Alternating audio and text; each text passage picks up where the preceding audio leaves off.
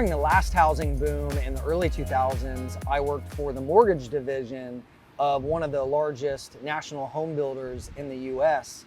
And one thing I remember during that time period is how about 80 to 90% of people that were trying to buy homes could barely qualify.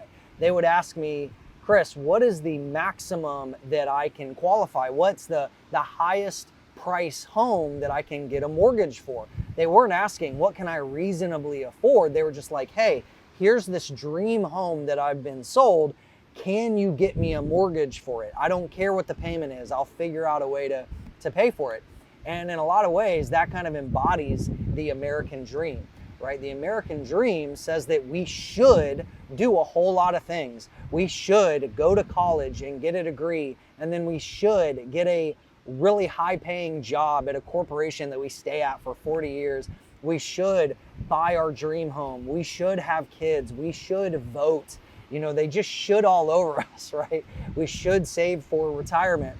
And the problem is, I think my generation, the millennials and younger, are starting to realize that the American dream maybe isn't all that it's been cracked up to be, right? For a lot of people, housing is now unaffordable. You know, interest rates just basically doubled from the 2.5% to 3%. Now we're up over 6%. And what that does for affordability is it takes the average mortgage payment and increases it by about 40%. And when you have people that are looking at homes that are already outrageously priced, and then you double the interest, it just makes homeownership kind of out of reach for a lot of people. And then when you look at the cost of rising healthcare, when you look at how politically divided the US is right now and how angry and just pissed off everybody is kind of post-COVID, and how we've been at each other's throats and just banging heads for the past almost 3 years now. The subject of this video is how to opt out from the American dream and create your own dream. How to opt out from all of those shoulds that society puts on us, and how to really figure out what you want in your life and chase that instead. And I think about the fact that this year makes 15 years since I opted out of corporate America, since I left the mortgage business and I became an entrepreneur, and I went broke and then made over $1 million 18 months later, and since then have made tens of millions of dollars. And how the only way that I was able to do that was to opt out of the traditional American system. And I also think back about how this is the 10-year anniversary of when one of my best friends in the world was killed in a motorcycle accident. He was a young entrepreneur in his early 20s, and his life was cut short due to a tragic accident. And I just think about how short life is and how fickle it is, and how it can really just be taken away from us at a moment's notice. And we should, I think the one should that we should put a lot of intention into is designing a life that we really want, not something that other people tell us that is right for us.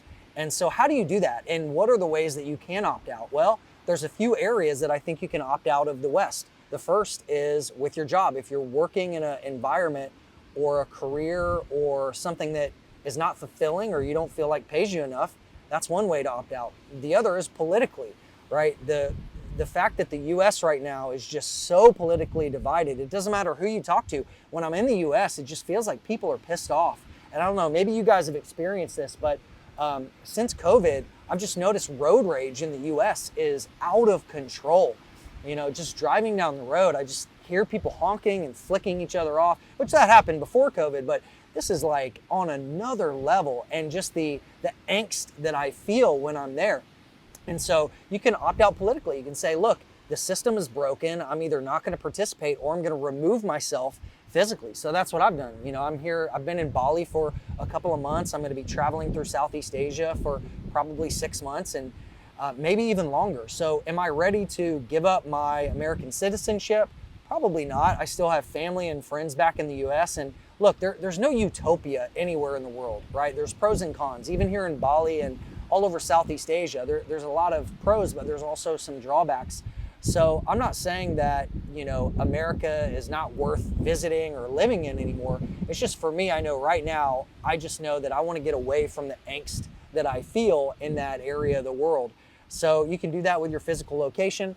The other thing is you can divest, right? You can pull funds out of the American system and either invest internationally or invest in things like Bitcoin and maybe other crypto projects, which, 99% of that shit is going to zero, as I've said for the past 10 years. But if you're smart about it and you put effort in and you look for trends before the mass majority of people rush in, that's where you can really make life-changing wealth. That's how I've been able to make tens of millions of dollars in my life, is by identifying trends early and attacking them with everything I have.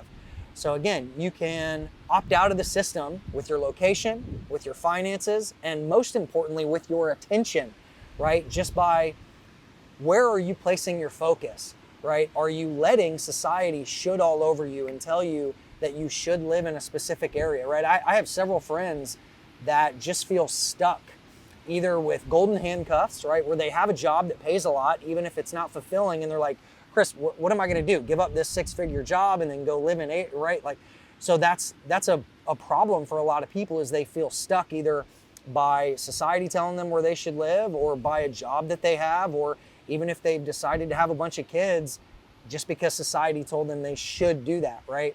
So I think step one in making a change is to decide, to say, hey, listen, enough is enough. What do I really want? Now you want to figure out, what does your perfect average day look like? When you wake up every day, what do you want on average that day to look like? And then kind of back into that and create that by design, because again, life is fickle. And when I think about my buddy's life that was cut short, I just think about all that lost potential and how there's so many people right now just existing, really not taking control of their life and just living on autopilot or living according to expectations that either society or other people have put on them. So once you make a decision to make a change and you write out what you really want in life, then you just start to attack it, right? It's like driving from New York to LA in the dark without a map, right? You're not going to be able to see the entire way. You can see maybe a couple 100 feet in front of you wherever your lights are shining.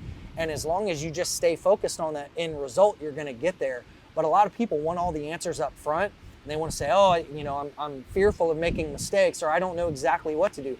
Yeah, that's kind of the point. You're going to fuck up. You're not going to know what to do or exactly where to go. But if you start taking action and you start doing one or two little things every single day that move the goalpost, that's really where, when you look back a year or two from now, you're going to say, wow, I can't believe how much progress I've made, right? We overestimate what we can do in a day or a week, but we underestimate what we can do in a year or a decade, right? And time goes by quickly, especially as I get older. I'm like surprised at how fast time's clocking by. And for me, I just don't want to have the regret of not taking advantage of this precious life that has been given to me. And so I just want to encourage any of you guys out there that are thinking about, hey, I need to make a change. Either I need to opt out of the system completely, or I just need a break. I need to, stop doom scrolling on social media and get away from all the political bullshit, or whatever that means for you. I would just encourage you, really take advantage of the time that you have and sit back and figure out what you really want in life. And I think for a lot of people, opting out of the traditional system makes a lot of sense.